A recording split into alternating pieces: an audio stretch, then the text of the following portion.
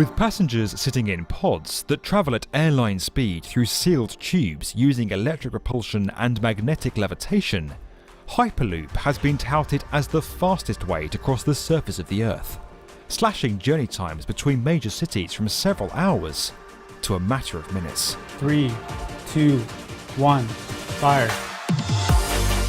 When it was first conceived by Elon Musk in 2013, the idea was deliberately open-sourced, and companies around the world were invited to develop the technology.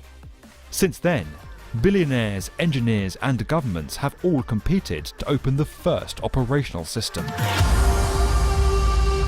Facing fundamental questions about the concept's viability, conducting cutting-edge engineering, investing billions of dollars, navigating extraordinary economic and political challenges, and all with the greatest transportation leap for a generation at stake.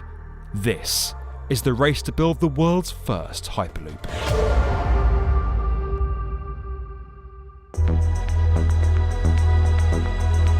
Few countries seem more likely to build the first Hyperloop system than India. Arguably leading the pack, having constructed the world's first full-scale test track in the Nevada desert, Virgin Hyperloop 1 saw their proposal to build a $10 billion route between Pune and Mumbai declared an official public infrastructure project in 2019. While some 75 million passenger journeys are made between the two cities each year, the number is likely to hit 130 million by 2026.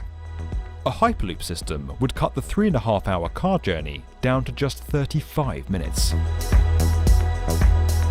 Despite an intent agreement being signed and public procurement commencing, a change of state government saw the project put on hold in early 2020. Concerns were raised about India pioneering the first system when investments were needed in other forms of transport. However, the idea has not been scrapped altogether, and Sir Richard Branson has subsequently met with India's Union Transport Minister to propose another route connecting New Delhi with Mumbai. Vying with India to open the first system, Saudi Arabia is also in advanced talks with Virgin Hyperloop 1, with the company preparing to build a manufacturing plant and 35-kilometre test track north of Jeddah. The country also recently agreed to a pre-feasibility study on the use of Hyperloop systems, the first to be carried out at a national level anywhere in the world. Saudi Arabia's aim is to connect the major Gulf cities and enable 45 million passengers each year to reach them in under an hour. With solar panels on the tube's exterior, such a project would fit with the United Arab Emirates strategy for 50% clean energy by 2050. But Virgin Hyperloop 1 faces competition in the desert.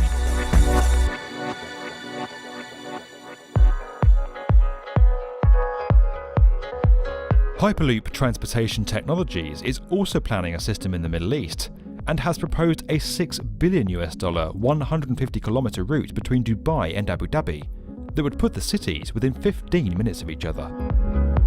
The firm, which has its own full-scale test track in France, has announced plans to begin passenger trials later in 2020, with work on commercial operations expected to begin in 2023.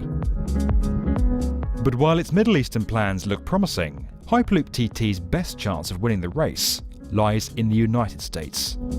In late 2019, the firm worked with the Northeast Ohio Area-Wide Coordinating Agency, or NOACA, to release what they claim to be the most extensive Hyperloop feasibility study to date, boldly proposing to link Chicago with Cleveland and Pittsburgh. The Great Lakes Corridor sees tens of millions of journeys made between the cities, and significant passenger and freight expansion is projected over the next 25 years.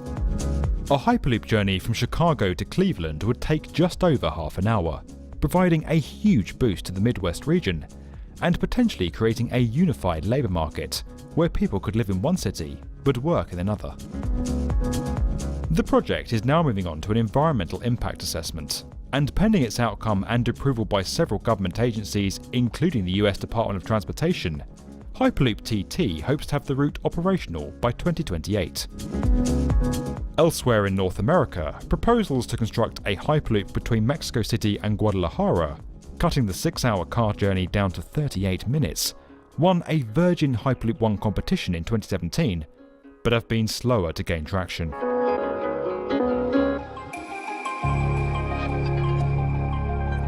While some developers have been working in competition, others have actively collaborated. The first few months of 2020 saw a joint technical committee named JTC20 formed in Europe that's focused on developing common approaches to Hyperloop across the continent. The alliance includes Netherlands-based Hyperloop, Hyperpoland, Transpod, a Canadian firm with offices in Italy and France, and Zeleros of Spain. A network of research centres is set to begin operating across these countries in the next few years. Hyperloop is leading the way with its own European Hyperloop Centre, with construction due to complete in 2022. According to Hart, the centre will house the first high-speed test track in Europe, and a laboratory where developers can share knowledge on standards, safety, and passenger experience. Hart also plans to have its own 10 to 15 kilometre route built by 2023 and aims to operate commercial lines by 2028, a target that it admits is ambitious. Hart envisions a future where every major European city is connected by Hyperloop, and where journeys between key hubs such as Amsterdam and Frankfurt become easily commutable.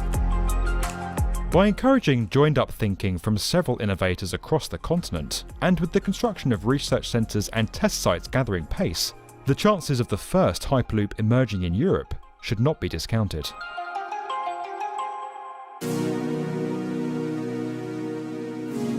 For a technology that Elon Musk once said would deliver a smooth-as-glass passenger experience, Hyperloop has so far been a bumpy ride. But with breakthroughs now being made on technology and testing, and with growing government support, the prospect of the world's first Hyperloop system welcoming passengers in the next decade is no longer just a pipe dream. If you enjoyed this video and would like to get more from the definitive video channel for construction, subscribe to the B1M.